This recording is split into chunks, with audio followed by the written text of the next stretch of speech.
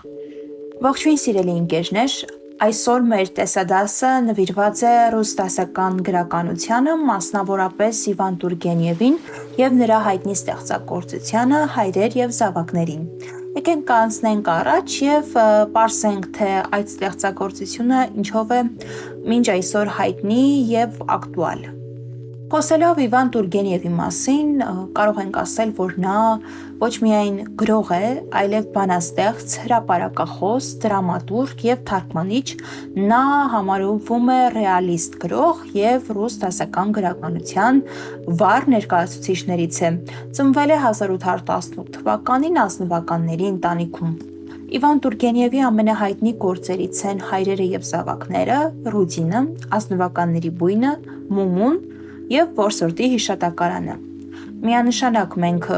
մեծ սիրով կարող էինք անդրադառնալ մնացած ստեղծագործություններին, սակայն այսօր մեր քննարկման թեման հայրեր և զավակներն են։ Խոսենք վեպի հիմնական թեմաներից, որոնք մի քանիսն են՝ սերնդային հակասությունը, նիհիլիզմը և ավանդապաշտությունը,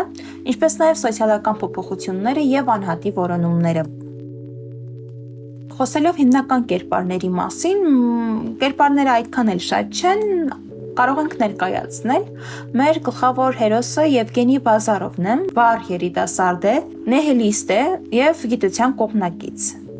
Նրա ընկերը Արկադի Կիրսանովը առավել ներքին կասկածներով լի, խմորումներով դեռ ապրող երիտասարդ է, որը կարելի է ասել, որ Բազարովի ազդեցության տակ է գտնվում։ Նիկոլայ Կիրսանովը և Պավել Կիրսանովը եղբայրներ են։ Նիկոլայը Արկադիի հայրն է, պահպանողական է, բայց հումանիստ, իսկ Պավելը առավել հպարտ է և ավանդապաշտ։ Ռուս դասական գրականությունը առանց կանացի կերպարների դժվար է պատկերացնել։ Մեր Բազարովի սիրո առարկան, այսպես ասած, Աննա Օդինցովան է, իսկ Աննայի քույրը, որը 10 տարի փոքր է իրենից և նվագում է դաշնամուր, Եկատերինան է, Կատյան։ Վերջում, ի դեպ, Կատյան և Արկադին միասին են լինում։ Խոսելով Բազարովի կերպարի մասին, այն մարմնավորում է ռուս նիհիլիզմի գաղափարը, որևէ ավանդույթի, հավատքի կամ բարձր արժեքի բացարձակ մերժում։ Նրա համար ամեն ինչ պետք է հիմնված լիներ փորձի և գիտության վրա, առանց զգացմունքների կամ հոգու խոսքի։ Սակայն Տուրգենևը ցույց է տալիս, որ նիհիլիզմը ի վերջո դատարկություն է բերում։ Բազարովը սիրահարվում է Աննային, բախվում է իր ներսում թաքնված մարդկային զգացմունքին, որը միանշանակ կար, սակայն նա վարպետորեն փորձում էր թաքցնել, և այն չի կարողանում բացատրել ռացիոնալ կերպով, ինչը նրա համար առավել դժվար է դարձնում ապրելը։ Այստեղ մենք կարող ենք տեսնել, որ սերը համարվում է որպես հակասական ուժ, քանի որ այն դառնում է ինքնաճանաչման և գաղափարական փլուզման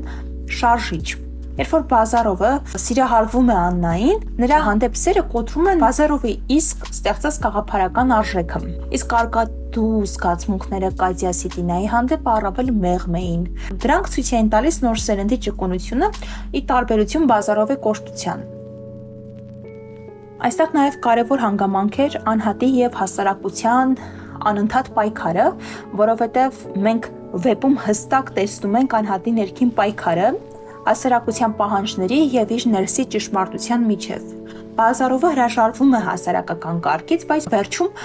նա մահանում է միայնակ։ Նրա կերպարը հակասական հերոսի օրինակ է, գաղափարական անզիջումությամբ, բայց մարդկային խոցելիությամբ։